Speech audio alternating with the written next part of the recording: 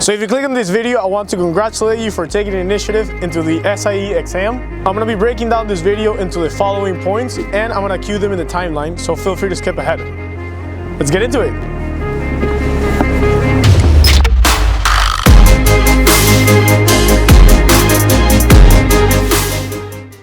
So SIE stands for Securities Industry Essentials Exam. It is a test handled by FINRA, which allows you to take a qualifying exam after you pass it. So there are around 8 qualifying exams that you can take once you pass the SIE, but the most common are the Series 7 and the Series 79 for either being a general securities representative or working in investment banking. So no specific company is actually going to require you to take the SIE, but if you have to take a qualifying exam, you're most definitely going to take it. As far as the structure of the exam, there are 75 questions which are all multiple choice. There's a small caveat, which is there are going to be 10 extra questions that are not going to be graded. That puts out a total of 85 questions. And the weird thing is that you're not going to be able to differentiate between which ones are graded and which ones are not graded. You kind of get a sense of which ones are not graded based on what wasn't covered in the material that you study for the book, but it can also be that you maybe just missed the material or there's just something that you didn't know. You have 1 hour and 45 minutes to complete the exam, but based on my experience, that shouldn't really be an issue. It costs $80 to take the exam, and you can take it at any point throughout the year, either at home or at a testing center, usually Prometic. The only requirement for you to take the exam is being 18 years old or older, but I will recommend that you don't take it that soon because it's only going to be valid for 4 years. So if you take it way too early in your career and you need it going forward, you might have to retake it again.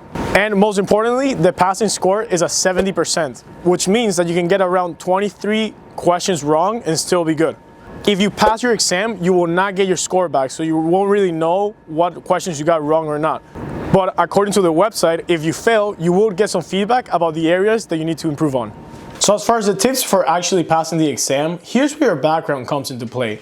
If you're still in college or you recently graduated college and you're majoring in something either business or economics related, a lot of the concepts that you studied are going to be in this exam. And overall, the exam concepts are not going to be hard for you to grasp. However, if you've never taken either an economics or business class, you're just going to have to study a little more.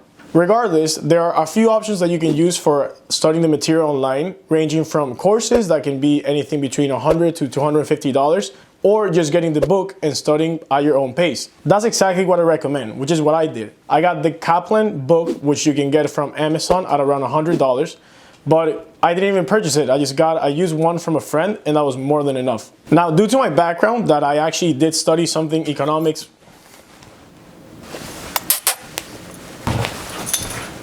as far as study time, due to my background, I only studied around 14 hours across 5 days to a week. I did study something business/economics related in college, and I also just recently took the CFA. So a lot of the concepts overlap and I didn't need to study that hard.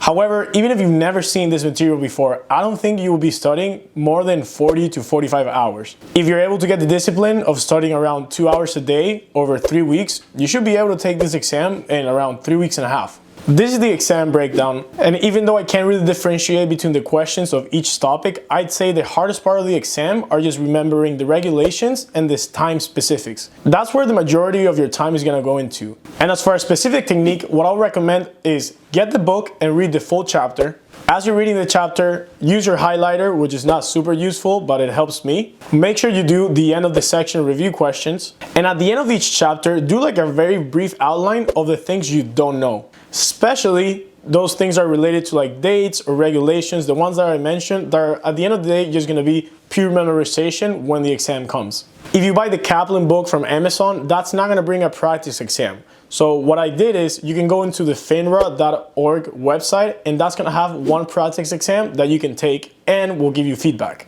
Once you finish reading the entire book, if you review your outline and you review your readings and then do the practice exam, that might be a good place to start. If it's not good enough, what I would recommend is just buy one of the extra packets that Kaplan offers. For example, you can buy a question bank that's going to give you access to hundreds of questions that you can use to practice. Besides that, if you want to get some extra practice more in the free side, you can also watch a few YouTube videos of people that do practice questions and also give the explanations.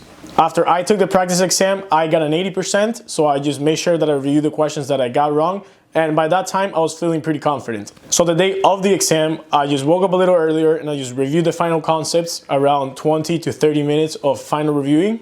And then I took the exam. I don't know exactly what score I got because like I mentioned, you won't really get a specific score if you pass the exam.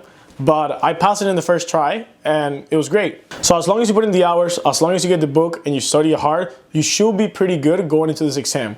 But if you have any other questions, make sure that you put them in the comments because I'll definitely answer them and any other doubts that you have. And if you want to see anything else on this channel, make sure that you put it in the comments because I'll try to get it to you as well. I'm going to be taking the Series 66 in around a month or so. So hopefully I will pass that as well and make a video for you guys.